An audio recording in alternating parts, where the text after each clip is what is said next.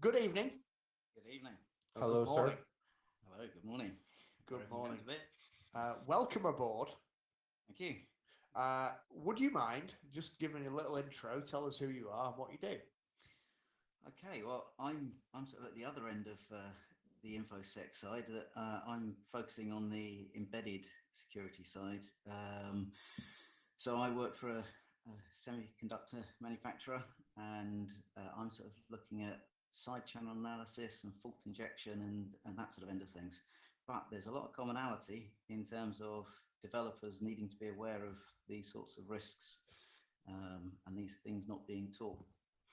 So yeah, there's a lot of things that are quite common, whether you're talking about the application security level or security at the lowest levels. So in your case, I guess you work on hardware and devices and things perhaps people have in their homes or in their businesses. Yeah, I mean, we sell chips. Our customers use them for various things, but it's predominantly automotive and industrial and IoT devices.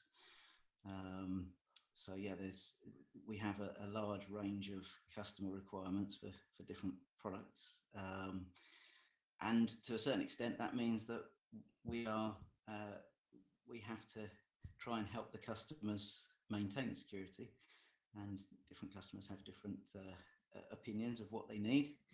So that yeah, there's quite a big difference. So I sort of got into this from a embedded software engineering background, so sort of physics degree, and then into software for about 10 years. And then cool.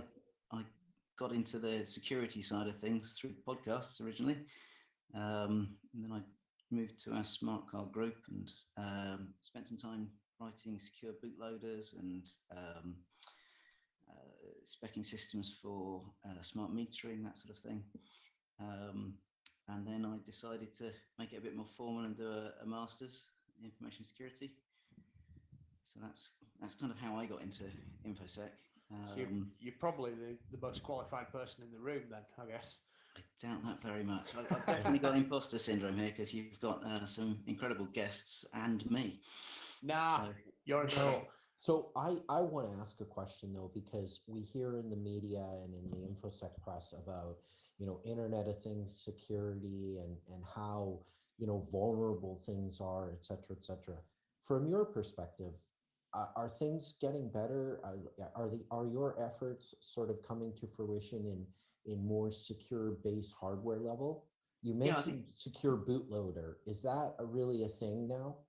So most of the secure bootloaders are on the higher end devices. So this is the issue that security costs money, and if you're selling, very cheap devices, then people don't care about what the security is like. And so if you make a chip that has all the bells and whistles that you need for security, that's great. But if no one's going to buy it, that's not going to fly.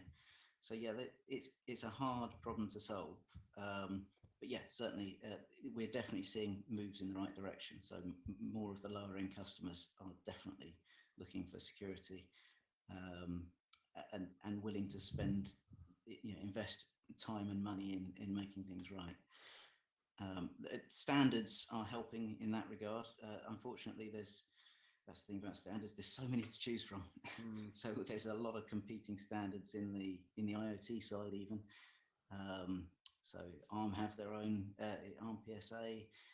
There's CESIP. There's a lot of different standards which could possibly make a difference, but with so many to choose from, no one's sort of backing any one horse really at the moment. It's a funny one, isn't it? Because Mikko Huppanen came out with Mikko's Law, which he kind of, Yes. but he prescribed it himself, which was, I think, along the lines of when anything is described as smart, it's vulnerable by definition. Sounds like a good rule of thumb. Yeah, and it makes sense. And I find, and I've been to a lot of talks in the UK in the past couple of years, and you've seen like the guys at Pentest Partners that have been hacking sex toys and ships and CCTV systems and basically anything that's got a chip in it and any kind of level of intelligence. And going back to your point about making it cheap, and then forsaking security. You don't need to see too many kind of butt plugs and dildos that have caused damage and harm to an individual because they got hacked, or cloud pets, the thing that Troy Hunt goes on about quite a lot, where your kids' information and the videos of your children, audio recordings of your children are online in buckets that can be hacked and all that kind of stuff. How much more of that does it take before manufacturers are actually seriously forced into doing the right thing? And stopping cost being the issue and starting putting security first. So I think there's some things that could change. Currently, how does a consumer know which products are secure? So if you say, let's go and buy something from, any big retailer online, for example, there's nothing there that allows a consumer to have that knowledge of whether this is a decent bit of kit or something rubbish. So there's some movement towards standardization. I think that if we get an influential retailer saying, no, before you're allowed to sell your kit on here, we need you to jump through some hoops. Like they're doing that in the state of California, right? Where there's going to be an IoT minimum requirement, change default password. Yeah, I mean, there's a lot of these sort of moves afoot, but it's still all in the planning stages in a lot of places at the moment. I can see there's somewhere the barrier to entry is quite low. So the very first level is self-certification. So they just have to pay a nominal fee, quite low figures, and fill out a questionnaire that basically ticks boxes that says, yes, we've considered X, Y, Z, all the standard sort of things, and that we don't have shared passwords that could lead to a class break scenario, all those sorts of things. And then that allows them to use a level 1 logo on the retail side. So that you could have a sort of traffic light system like you get with energy efficiency, but for security. But what about the argument that there's plenty of compensating controls in a properly implemented IoT environment? So I'll give you an example. Simple IP tables or firewall rule that says the device is allowed to send data to a particular IP address end of. But yet, when we talk about the vulnerability of the device, we're making the assumption that we're just putting this thing directly on the internet with no compensating controls whatsoever, not going through the process of changing default passwords. Like at some point, the manufacturers must be pretty frustrated that the threat model is like this thing alone, no infrastructure, no monitoring, no logging, just sitting out there. Yeah, that's a problem that I don't think is going to be solved for the IoT sort of side of things, because unless you're going to explain how to configure the firewall to my dad, okay. I think that problem is going to remain. But on the industrial side and automotive, it's different. Yeah. But who puts a DVR or IP TV cameras directly on the internet rather than segmenting them off and locking that down in an enterprise scenario? Am I going to be surprised by the amount of people that actually just fling it out there and put it on the Wi-Fi and call it a day? I guess a lot of that, particularly with the sort of CCTV type systems and DVRs, it depends on who your installer is as well. Whether they've increasingly these devices are now coming with their own sort of 4G access that maybe bypasses some of those controls. Yeah. I also want to ask, how do we get consumers to follow basic security advice? So home routers has been a really good example. You get one out of the box, they have a default password, especially with the wireless, changing the password associated with your wireless and even changing the SSID. It's not too difficult. I'm sure many people will be able to do it with a set of right instructions. And doing that means you're going to immediately raise that bar significant enough that attackers are probably just going to lose interest in their elsewhere. So how do we get messages like that to non-technical people? Like, as soon as you buy this and plug it in, do this. Yeah, well, some of that can be mitigated by making sure that, for example, in the devices you have unique IDs, so they can be used for key derivation. So you can have you don't need the consumer to do that. They just read it off the card that comes in the box that this is what their password is, and that's unique to them. It's not a default password for all devices, for example. Yeah. I mean, yeah, most of the work I do is not on the IoT side. So we're sort of trying to test the security of our devices. So we have crypto accelerators and things. So in those sort of scenarios, you're looking to see if you can recover the key. So so I'm sort of using electromagnetic emissions from the chip whilst it's encrypting to try and to see if we can recover the key from the device, and then testing the countermeasures that prevent that sort of thing from happening. That sounds cool. Can I ask you a question around disclosure? So yeah, sure. It might not be something that you get directly involved in, but we do see hardware vendors producing equipment, Bitfi being an example. That's the only time I'm going to mention it. But or the third time this evening. Oh, was it the third time? Yeah. I'm making no unhackable claims here. Right. Very, very wise. But that product did exist, and it came with a set of claims. But the question really is around disclosure. So on the one hand, you get manufacturers that will go, yeah, okay, we said it was this and it isn't, and thank you for your feedback, and we're going to fix it and we'll deal with it. There is an example, sorry to use another sex toy, but Cockcam did that, okay? And then on the other hand, you get the other company that I'm not going to mention again that say, no, our product is completely unhackable and we defy you to do something about it. What's the right approach? And how do you think vendors should really be responding to this kind of stuff when the community reacts really quickly and says, no, you're wrong, and here's why? You know, what's the right approach if there aren't currently any standards? In terms of standards, well, yeah, the PISA kind of is a useful guidance there. Basically, people have got to not shoot the messenger. I mean, I have handled security disclosures myself, and reporting that up the chain to management results in some, well, who is this person? Why are they attacking our device? Type questions. Sure. So that's the wrong attitude. We need to, make sure that we understand the problem, understand what needs to be done to resolve it, and who we need to tell about it.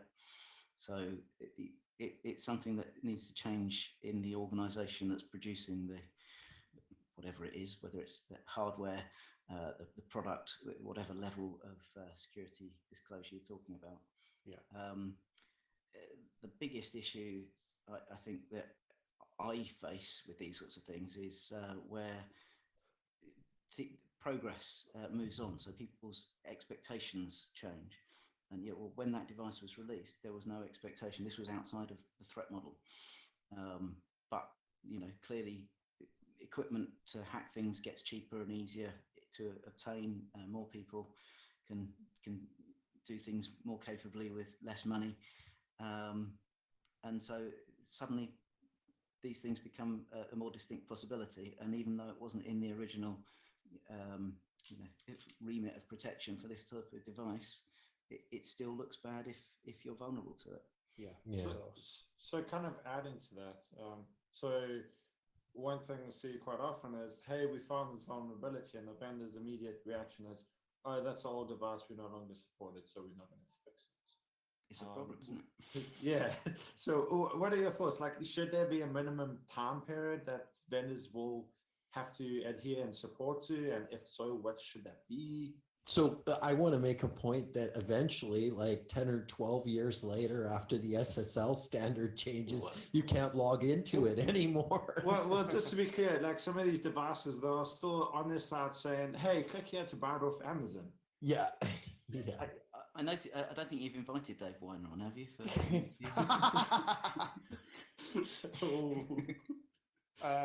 The invite to join was open. Okay, yeah. Yeah, I mean, these are going to be problems. How long does a company have to support a product for? Particularly if things have moved on and they have products which have greater levels of security. And so I think ultimately there's probably going to be some form of EU regulations or whatever, wherever you are in the world, there's at some point the laws will catch up consumer laws. But that's very consumer. And what happens with business to business, and there's various issues with that. So yeah, it's not a problem I can say I have an answer to. Yeah. I think in conclusion, with certainly in the enterprise, you can pick a provider, whether it's DVR, IP cameras and all that kind of stuff. I know it's not your neck of the woods per se, but there are things and decisions that you can make yourself that kind of limit your risk of compromise. So if you are doing a CCTV system in your company, then I don't know, segment the network away. You don't make your cameras easily enumerable, for example.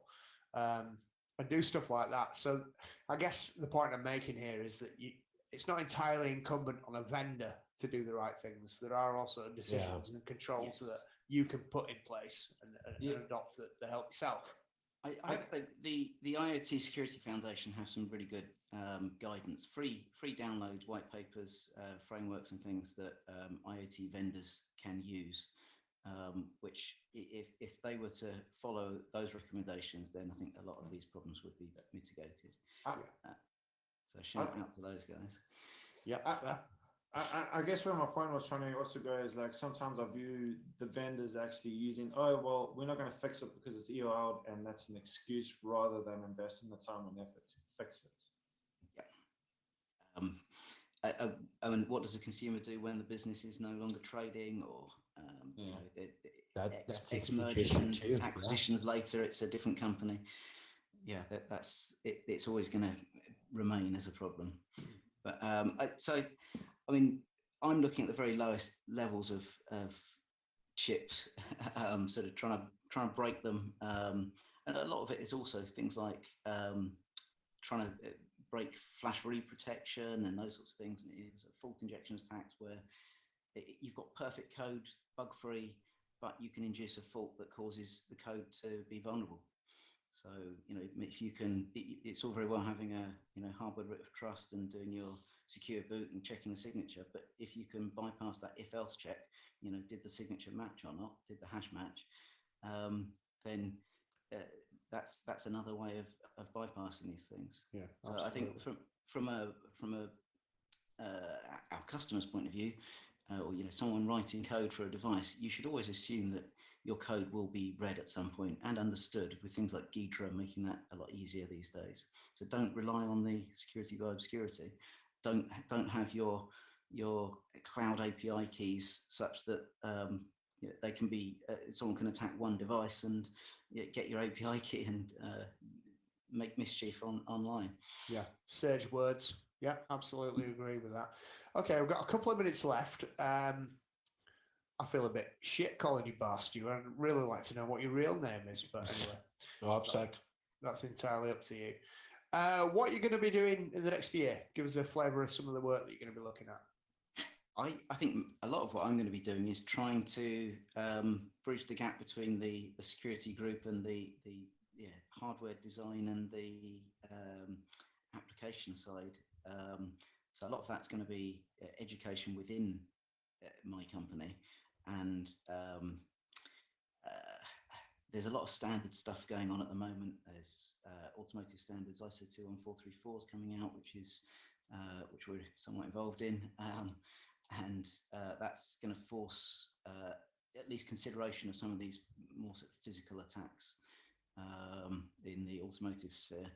So there's a lot of process and procedure stuff to kind of marry up the automotive and the industrial ISO standards. So yeah, I think as well as device evaluations. So yeah, looking to break more devices and get them fixed before they go out the door. Cool. Make sure that design is good. So I'm getting more and more involved in the architecture, higher up the chain of design, so earlier in the process. Brilliant. That sounds fascinating. Again, somebody else doing a job that's far more interesting than the one I do. But thank you very much indeed for your time. Really, really good stuff. Thank you very much. Yeah, nice one. Thanks a lot, mate. Cheers. Cheers. Bye. Thanks.